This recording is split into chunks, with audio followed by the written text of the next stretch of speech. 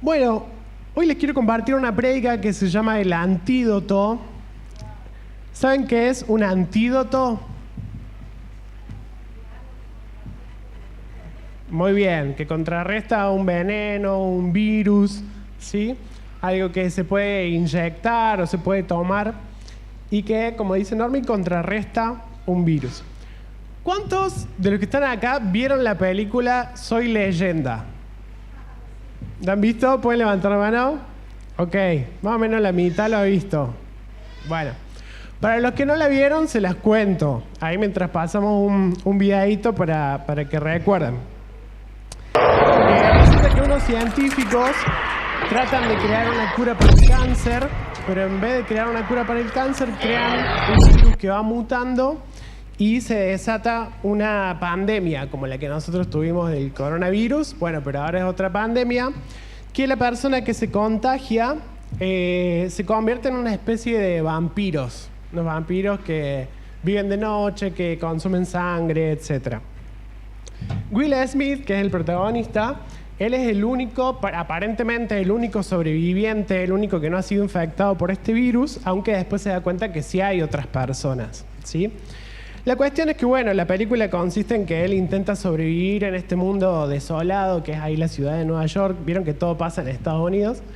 Y lucha contra estos seres nocturnos, porque son medios vampiros, mientras busca una cura, busca un antídoto para esta plaga, ¿sí?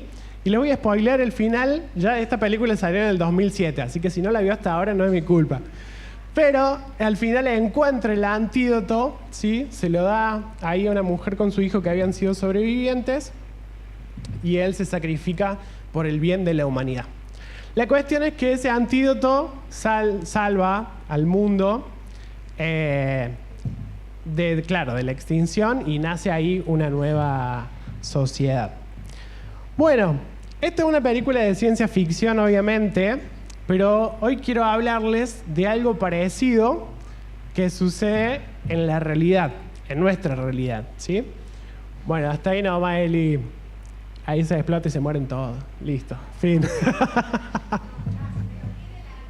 Pero ¿qué del antídoto? Exactamente. Quiero hablarles, como les decía, de algo que sucede en la realidad, que es un virus que envenena nuestra alma y que lo que hace este virus es que comienza a matar nuestra vida espiritual, empieza a matar la vida de Cristo en nosotros, todo lo divino en nosotros empieza a morir y nos queda solamente lo humano, lo terrenal y encima lo humano gobernado por el pecado, que es lo peor que le puede pasar, ¿no? Entonces, si a través de esta prédica nos damos cuenta que ese virus nos ha contagiado, nos está afectando, lo que el Señor quiere darnos en esta noche es un antídoto. Pero primero necesitamos identificar si eso nos está pasando, ¿sí? Y si por ahí nos damos cuenta que no nos está pasando, lo que Dios quiere también es blindarnos para que no nos pase, ¿sí? Y ayudar a otras personas para que tampoco les pase. Esta prédica en particular no quiero que la escuchemos solamente como evaluando si me pasa a mí o no me pasa a mí, sino más bien pensando en nuestra comunidad de fe, ¿sí? Porque creo que no es algo individual, sino que es algo corporativo, ¿sí?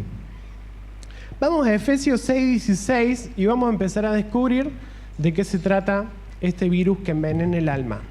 Efesios 6:16. Dice, acá en el contexto el apóstol Pablo está hablando de la armadura, ¿sí? De la armadura de Dios. Y dice, además de todo esto, ¿cuáles eran las otras cosas? El yelmo, las sandalias, la coraza, la espada. Bueno, además de todo esto, levanten el escudo de la fe para detener las flechas encendidas del diablo. Y en este versículo aprendemos algo. No sé si usted sabía, pero el diablo nos tira flechas encendidas. ¿Usted sabía? El diablo nos tira flechas encendidas.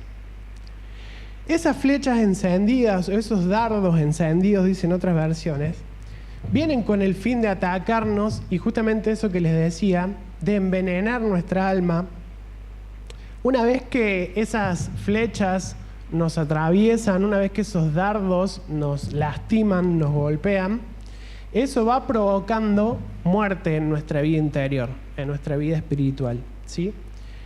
Esas flechas, ¿vieron que en la antigüedad se usaban flechas con veneno? No solamente te lastimaban, sino que cuando penetraban, cuando entraban en nuestro cuerpo, lo envenenaban, ¿sí? De la misma forma, los dardos, las flechas encendidas que lanza el enemigo, vienen con un veneno. Y es ese veneno del que quiero hablar en esta noche. ¿Qué son esas flechas encendidas para nosotros?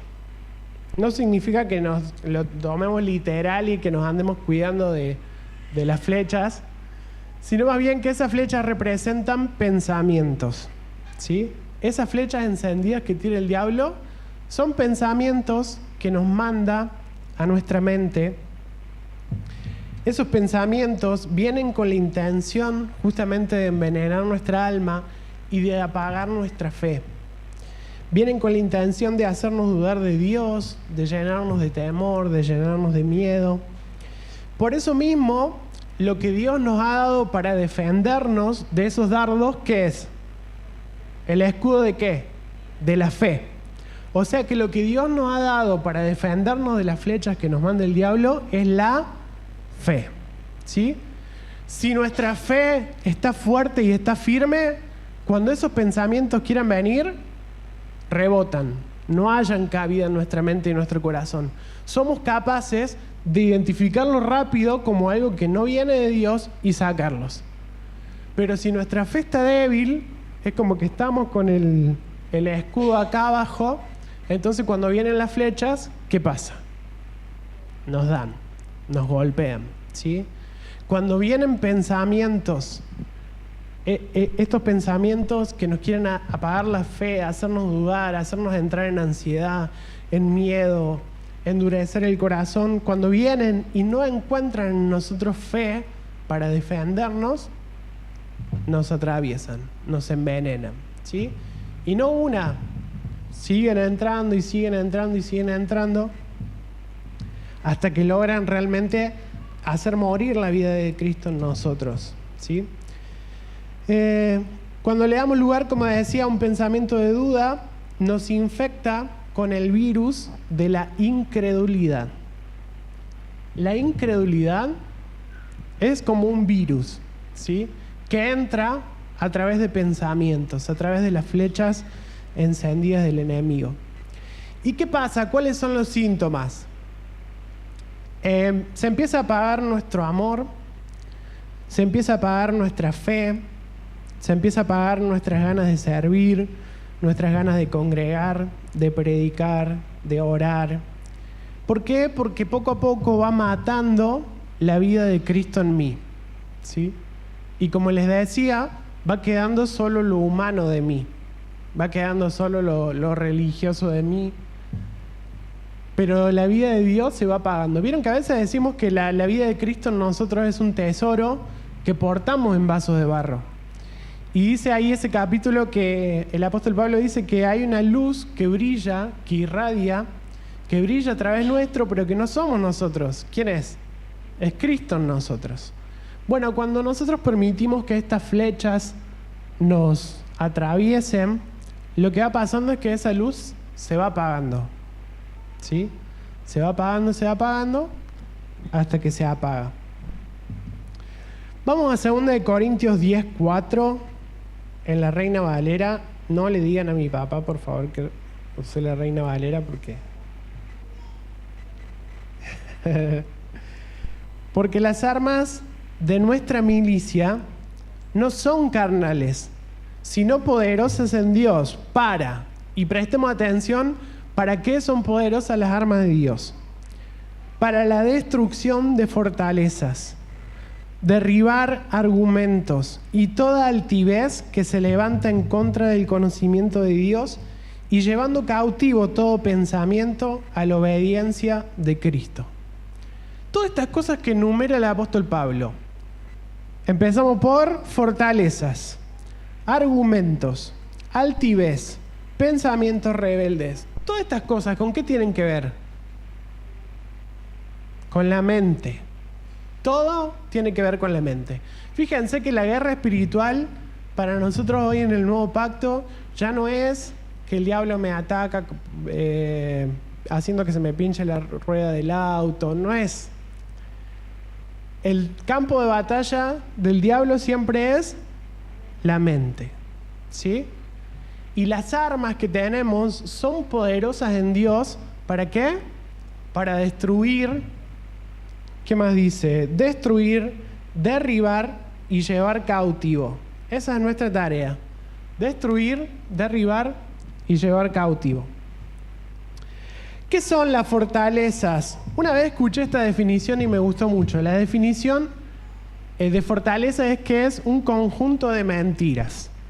Son mentiras que se han ido construyendo ladrillo por ladrillo y se han juntado tanto, han entrado tantas flechas que nosotros hemos dejado que entren, que han ido construyendo una fortaleza, ¿sí?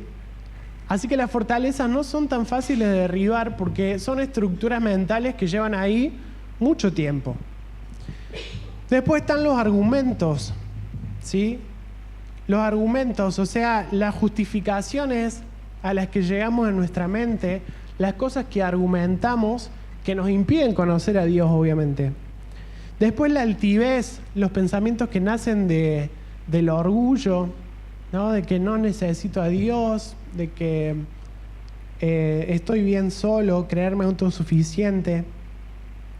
Y después habla de los pensamientos rebeldes, aquellos que sabemos que no está bien pensar así, pero aún así lo pensamos, ¿sí? Estos razonamientos que proceden de la altivez nos llevan a la rebeldía contra Dios, impiden el conocimiento de Dios en nosotros, y todo esto está encerrado dentro de este virus que venimos hablando, que es la incredulidad. ¿Qué hace la incredulidad? Cuando vimos Hebreos, se acordarán en Hebreos 3, que el autor nos dice, o sea, está luchando contra unos lectores, un público destinatario de esta carta, con el corazón endurecido. Y le dicen, ¿saben por qué tienen el corazón endurecido? A causa de la incredulidad. En un tiempo estaban fuertes en la fe. Cuando se les predicó el Evangelio, estaban fuertes en la fe, pero como fueron dejando que estas flechas les atraviesen el corazón, ahora están envenenados por la incredulidad. Y yo la pregunta que me hacía, a ver, para los que estuvieron en homilética, la oración de transición, la pregunta, ¿cómo identificamos que un pensamiento es una flecha encendida? ¿Cómo me doy cuenta que un pensamiento que vino a mi mente es una flecha encendida, que está viniendo para envenenar mi alma? ¿Qué hago cuando me doy cuenta que ese pensamiento no viene de Dios? Tengo la oportunidad de sacarlo, de no pensar en eso. Pero si no me doy cuenta, entra el pensamiento y hace lo que quiere. Número 1, los pensamientos que vienen del diablo nos hacen dudar de Dios y de su bondad. Y vamos a Génesis 3:1. Nos hacen dudar de Dios y de su bondad. Vamos a leer del 1 al 5. La primera vez que el diablo habló con un ser humano. La serpiente era el más astuto de todos los animales salvajes que el Señor Dios había hecho. Cierto día le preguntó a la mujer, a ver, ustedes que son muy inteligentes, vamos a ver qué hay detrás de esta pregunta de la serpiente.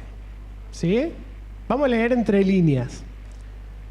¿De veras Dios les dijo que no deben comer del fruto de ninguno de los árboles del huerto? ¿Qué hay detrás de esa pregunta? Muy bien, exageración. Pone en duda. Además estoy seguro que la serpiente sabía que era uno. Pero como dice el pastor David, cuando alguien viene y te dice, che, así que no te dejan hacer nada en esa iglesia, hay como un pequeño... Claro, ahí está metiendo púa con la pregunta, ¿no? Así hizo la serpiente. ¿De veras Dios les dijo que no deben comer del fruto de ninguno de los árboles del huerto? O sea, en el fondo le estaba diciendo, Dios es tan exigente, Dios es tan cruel, Dios es tan malo, que no los deja comer de ninguno de los frutos. ¿Sí? Fíjense que esto de hacernos dudar de la bondad de Dios, del carácter de Dios, es lo mismo que usó en Eva y es lo mismo que usan nosotros hoy en el 2025. Sí, el 2. Claro que podamos comer del fruto de los árboles del huerto, contestó la mujer. Es solo del fruto del árbol que está en el medio del huerto del que no se nos permite comer. Dios dijo, no deben comerlo ni siquiera tocarlo, si lo hacen morirán. Y acá viene la segunda declaración de la serpiente. No morirán, respondió la serpiente a la mujer. Dios sabe que en cuando coman del fruto, se les abrirán los ojos y serán como Dios con el conocimiento del bien y del mal. ¿Qué le estaba diciendo acá la serpiente? Dios miente. Dios les mintió. Dios los engañó. ¿Sabes por qué te mintió? Porque no quiere que seas como Él. Entonces ahí le estaba diciendo que Dios es egoísta, que Dios no quiere compartir lo que Él tiene. Y en el fondo también que no podés confiar en Dios. Porque si Dios te miente y no te dice la verdad, no podés confiar en Dios. ¿Te pasó alguna vez de que la serpiente te diga eso a vos? A mí me pasó un montón de veces. Y ¿sabes qué? Más que nada cuando estamos atravesando una situación difícil. Cuando estamos atravesando una situación difícil, dolorosa, que por ahí a nuestra mente nos parece injusto, que no lo entendemos, creo que ahí es cuando más somos vulnerables a esta voz que nos dice así, si Dios te ama tanto, ¿por qué te vino esta enfermedad? Si Dios te cuida, ¿por qué te quedaste sin trabajo? No es que Dios es tu proveedor y mira, no te alcanza la plata. Esos pensamientos son dardos encendidos del enemigo que vienen a envenenar tu alma. Te vienen a hacer dudar de la bondad de Dios, de sus promesas, de su santidad, de sus intenciones, de su carácter. Incluso el mismo pensamiento de ¿Dios realmente existirá? ¿Dios es real? ¿Todo esto es real? Ese pensamiento es la incredulidad en su máxima expresión, ¿no? Queriendo envenenar nuestra alma. Como les decía, cuando estamos en sufrimiento, cuando estamos en una situación mala, es cuando a veces más vulnerables somos. Así que quiero preguntarte acá, ¿últimamente has estado dudando de la bondad de Dios? ¿O has estado dudando de Dios, de la existencia de Dios? Número 2. Los pensamientos que vienen del diablo ponen nuestra mirada en lo terrenal y en lo pasajero. Vamos a Mateo 4:8. Ponen nuestra mirada en lo terrenal y lo pasajero. Acá es cuando Jesús es tentado, es llevado por el diablo. Primero lo quiere convencer de que convierta el pan en las piedras en pan. Y después viene esto. Luego el diablo lo llevó a la cima de una montaña muy alta y le mostró todos los reinos del mundo y la gloria que hay en ellos. Te daré todo esto, dijo, si te arrodillas y me adoras. Vete de aquí, Satanás, le dijo Jesús, porque las Escrituras dicen, adora al Señor tu Dios y sírvele únicamente a Él. ¿Ven cómo quiso venir una flecha, pero Jesús levantó y nomás el escudo y rebotó? En las 3 tentaciones rebotó. No halló cabida en el corazón de Jesús, ¿sí? Jesús tuvo la oportunidad de decidir cómo quería pasar esos años en la tierra. Porque lo que le ofrecía el diablo lo podía cumplir, ¿sí? Podía elegir la gloria de este mundo, riquezas, poder, servidumbre, lujos, comidas deliciosas, ropas caras, carruajes. Esa gloria que el mundo le podía ofrecer estaba disponible. Por el otro lado, la vida que Dios le ofrecía era muy contraria. Pobreza, fiambre, no sé qué habrá comido. Porque no había nada de lujo, no había ni dónde recostar su cabeza, largas caminatas con sandalias, tierra, eso. Encima, maltrato, dificultades, discípulos cabeza dura, crucifixión. Entonces realmente estaba tentadora la oferta del diablo. La diferencia es que una gloria era solo temporal, terrenal, duraba lo que durara su vida en esta tierra, y la gloria que Dios le ofrecía era una gloria eterna, una gloria que permanecería para siempre. Entonces, desde esa perspectiva, a Jesús le fue fácil la decisión y dijo: bola de acá, diablo.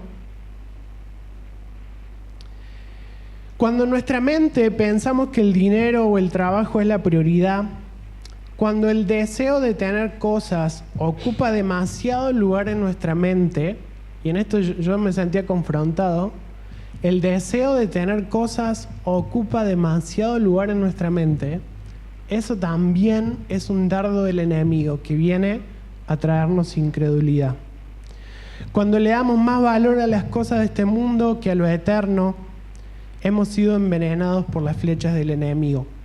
Y saben que también hay pensamientos en los que nos enredamos, en el que nos empezamos a comparar, teniendo en cuenta solamente las cosas temporales, las cosas terrenales y externas. ¿Alguna vez le ha pasado de compararse con un compañero de trabajo, compararse con un vecino, compararse con un amigo de la secundaria? A veces inevitablemente nos comparamos. ¿Y qué comparamos? Lo que vemos, lo externo, ¿no? Y ese también puede ser un pensamiento en el que nos enredamos, que viene a envenenar nuestra alma, porque nos hace pensar: ¿qué hago yo haciendo tal cosa? Yo tendría que estar haciendo plata como este. Yo tendría que estar persiguiendo esto. Y saben que hay un salmista al que esto le pasó, que se llama Asaf. Seguramente a muchos nos habrá pasado como a Asaf, que nos dejamos envolver por lo que veíamos de este mundo y nos empezamos a cuestionar muchas cosas. Y Asaf dice en una parte del Salmo, como justamente esto: mi alma se envenenó, me turbé, me llené de sentimientos que no venían de parte de Dios. Vamos a leer Salmo 73, 2. Pero en cuanto a mí, casi perdí el equilibrio. Mis pies resbalaron y estuve a punto de caer. Esto es lo que hace una flecha envenenada. Te hace perder el equilibrio, tus pies casi se resbalan, estás a punto de caer. ¿Por qué? ¿Cuál fue la flecha envenenada de él? La descubramos. Porque envidiaba a los orgullosos cuando los veía prosperar a pesar de su maldad. ¿Le ha pasado? No sea el santo. ¿Le ha pasado? Mira la camioneta que se compró este desgraciado. Número 4. Pareciera que viven sin problemas. Tienen el cuerpo tan sano y fuerte. No tienen dificultades como otras personas. No están llenos de problemas como los demás. Vieron que a veces uno ve Instagram y en Instagram todo el mundo es feliz y le va bien y prosperan y tienen cuerpos perfectos y todo. Y voy a decir: ¿cómo esta gente que ni va a la iglesia, que ni cree en Dios, que ni ora, que ni lee la Biblia, le va tan bien? Esto le pasaba a Asaf. No tenía Instagram, pero habrá estado viendo desde el palacio. No sé qué. Vamos a saltar al 12. Miren a estos perversos. Disfrutan de una vida fácil mientras sus riquezas se multiplican. El 13. ¿Conservé puro mi corazón en vano? Esta es la cuestión. ¿Conservé puro mi corazón en vano? O sea, yo me guardé de vivir en santidad en vano y estos que hicieron lo que quisieron les va bien. Ese es el kit de la cuestión. Me mantuve en inocencia sin ninguna razón.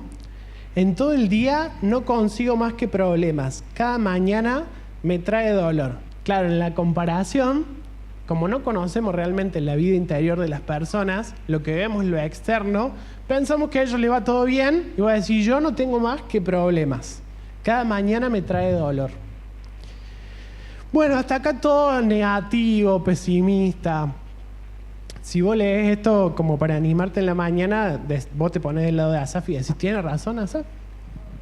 Pero vamos al 17, que dice, entonces entré en tu santuario, oh Dios, y por fin entendí el destino de los perversos. ¿Qué le hacía falta a Asaf? Entrar al santuario.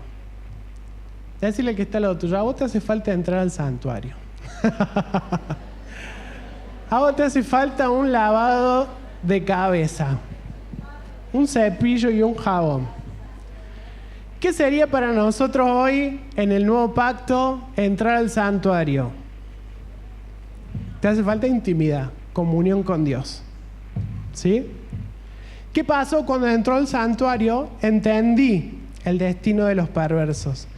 En verdad los pones en un camino resbaladizo y haces que se deslicen por el precipicio hacia su ruina. ¿Cuál es el destino de los impíos? La ruina. Vamos al 21. Entonces me di cuenta de que mi corazón se llenó de amargura y yo estaba destrozado por dentro. Este es el virus del que les estoy hablando. Este es el virus que traen las flechas encendidas que nos dispara el diablo. ¿Cómo deja nuestra alma? ¿Cómo deja nuestro corazón? Lleno de amargura y destrozado por dentro. 22.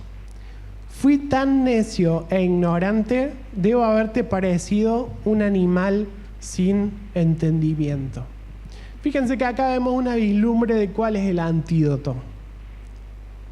¿Dónde se salió este encanto que tenía Asaf, esta manera de ver equivocada, esta amargura en su corazón? ¿Cómo se solucionó?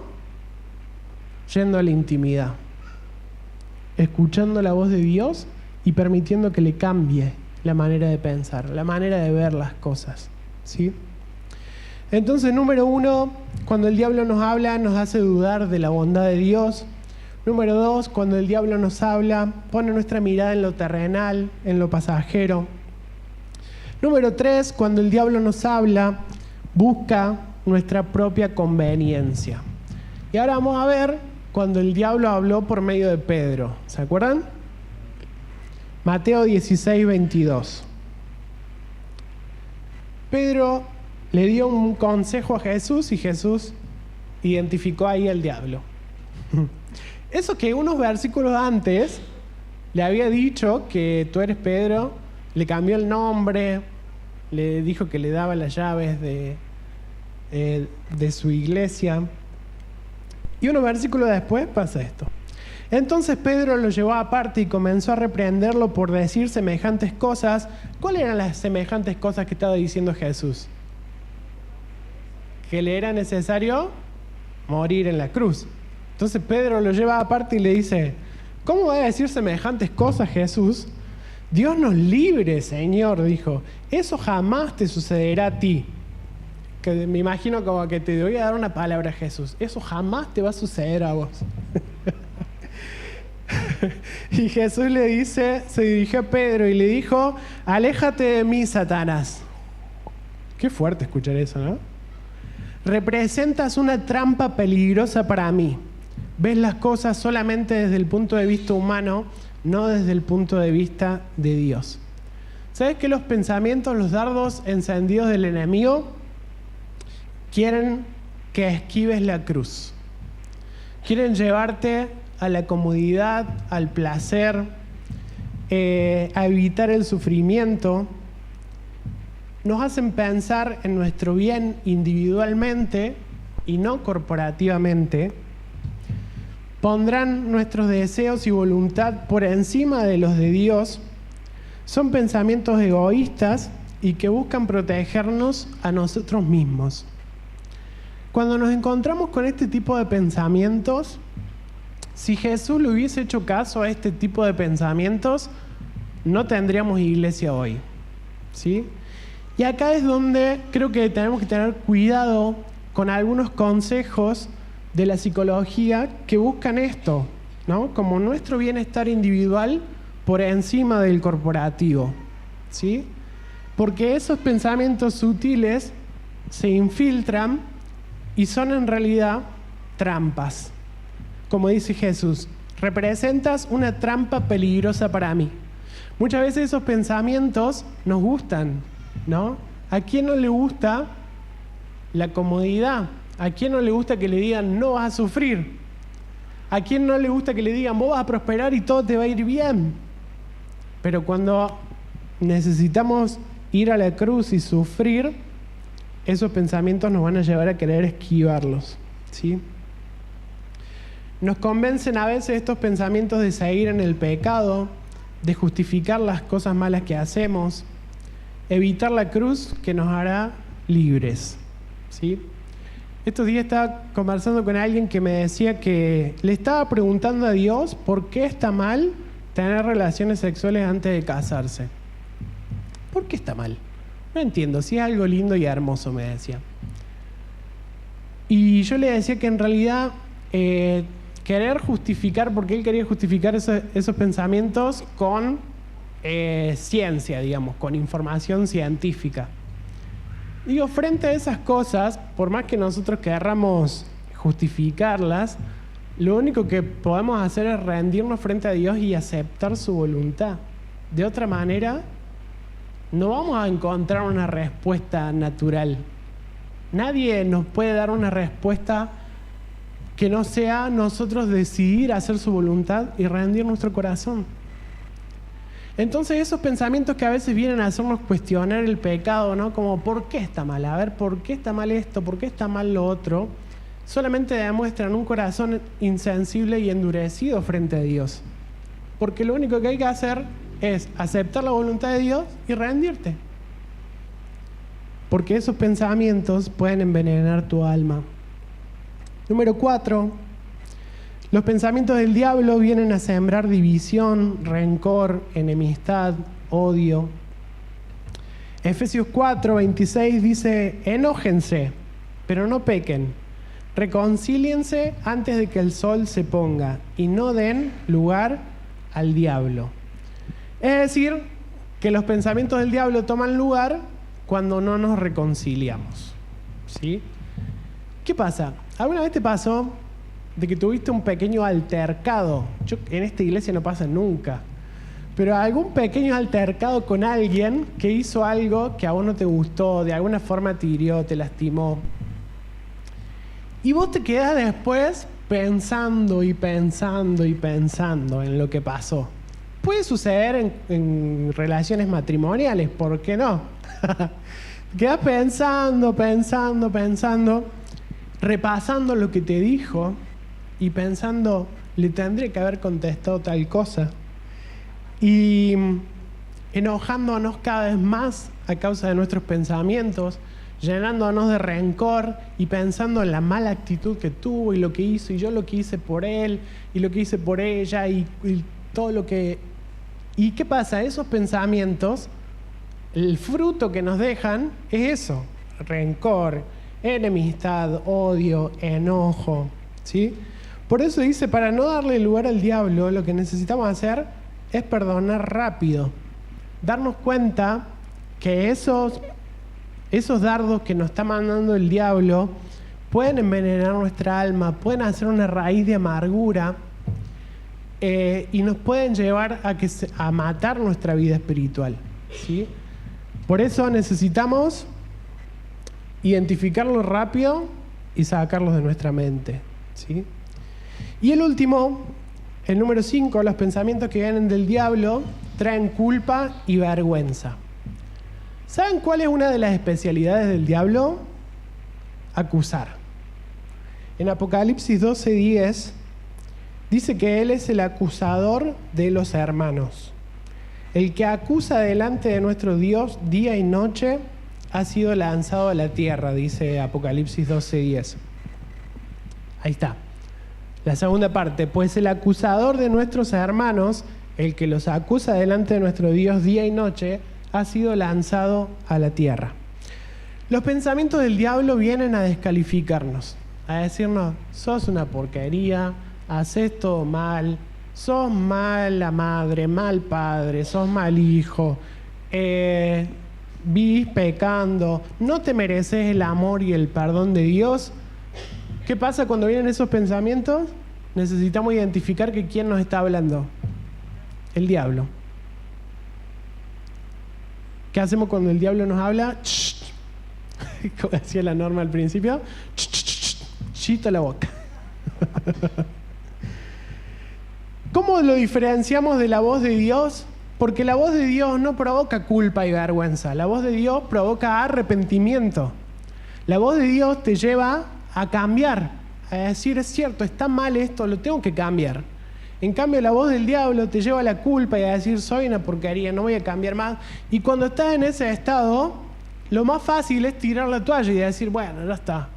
Hago todo mal, me voy al mundo.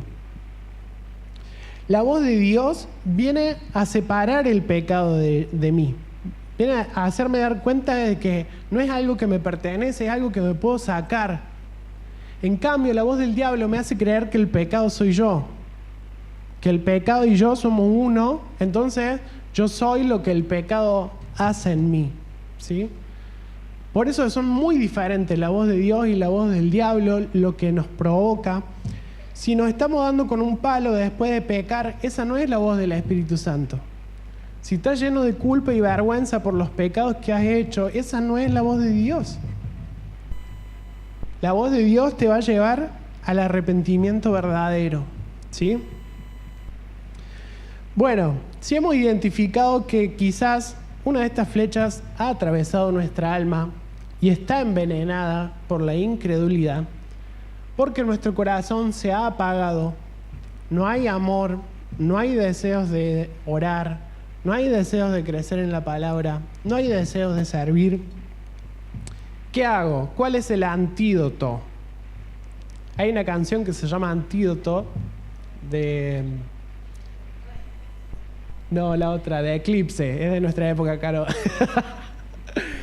Pero no daba para la administración porque es muy rockera. Vamos a Efesios 6:17. ¿Cuál es el antídoto para el veneno de las flechas del diablo? Pónganse la salvación como casco y tomen la espada del Espíritu, la cual es la palabra de Dios. La cual es la palabra de Dios. Yo sé que cuando leemos ahí palabra de Dios, todo el mundo piensa en ¿qué? En la Biblia. Pero cuando vos buscas palabra en el griego, está la palabra rema. Esta palabra que el pastor David nos ha enseñado mucho. Y buscando en el diccionario Strong, rema significa una voz, una palabra hablada. Es decir, la voz viviente de Dios. El acto del Señor al hablar su palabra dinámica y viviente en un creyente para engendrar la fe dentro de él. ¡Wow! Es la voz viva y dinámica de Dios, hablada cuando Él nos habla, y esa voz hablada provoca en nosotros fe, que es lo contrario a la incredulidad. Así que, ¿cuál es el antídoto si hemos sido envenenados por el diablo? Escuchar la voz de Dios, la palabra de Dios. La palabra de Dios. Así como el problema comenzó porque le dimos lugar a la voz del diablo, la solución viene porque le damos lugar a la voz de Dios. ¿Sí? En este tiempo hay un llamado para nosotros, el renuevo, de volver a la oración. Volver a ser casa de oración. En el último miércoles de intercesión oramos y presentamos esto a la congregación, lo que entendimos que Dios nos está hablando. Hay un llamado a volver a la oración, justamente a volver a escuchar la voz de Dios y así protegernos de las acechanzas del diablo. Matías ese miércoles compartía ese versículo de Isaías que dice que Dios nos ha puesto como atalayas, como personas que están en las alturas y ven desde lejos cuando el enemigo quiere venir. Si no tuviéramos atalayas, ¿qué pasa? El enemigo viene y nos agarra de sorpresa. Y creo que en algunas ocasiones últimamente nos ha agarrado de sorpresa, porque no estamos siendo atalayas.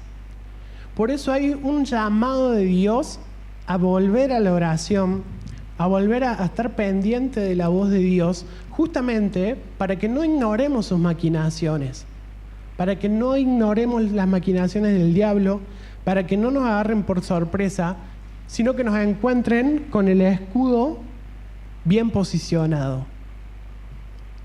En julio, cuando vino Julián Ríos el año pasado, en un momento que estábamos así charlando, le digo, ¿sabes que tengo una visión recurrente que te la quiero contar para ver si me podés ayudar a interpretarla? Y la visión era de un águila que estaba sobrevolando un lugar. Digo, cada vez que me arrodillo a orar, veo un águila rondando un lugar. Es como si yo viera a través de los ojos del águila. Y me dice, ¿qué más pasa? Eso no va. Le digo, no, el águila emite un sonido, un grito. ¿Vieron el grito del águila, que es horrible? Bueno, ese grito. Y después buscando, el sonido del águila lo hace para marcar territorio. Para decir, este territorio me pertenece, para ahuyentar a otros depredadores y que todos sepan que la que está ahí al mando es el águila, ¿sí? Entonces lo que estaba haciendo el águila en esta visión era cuidar ese territorio, ¿sí? Como le pertenecía a ella estaba cuidando ese territorio. Entonces Julián me decía, creo que Dios los está llamando a cuidar y a guardar lo que Dios les ha dado.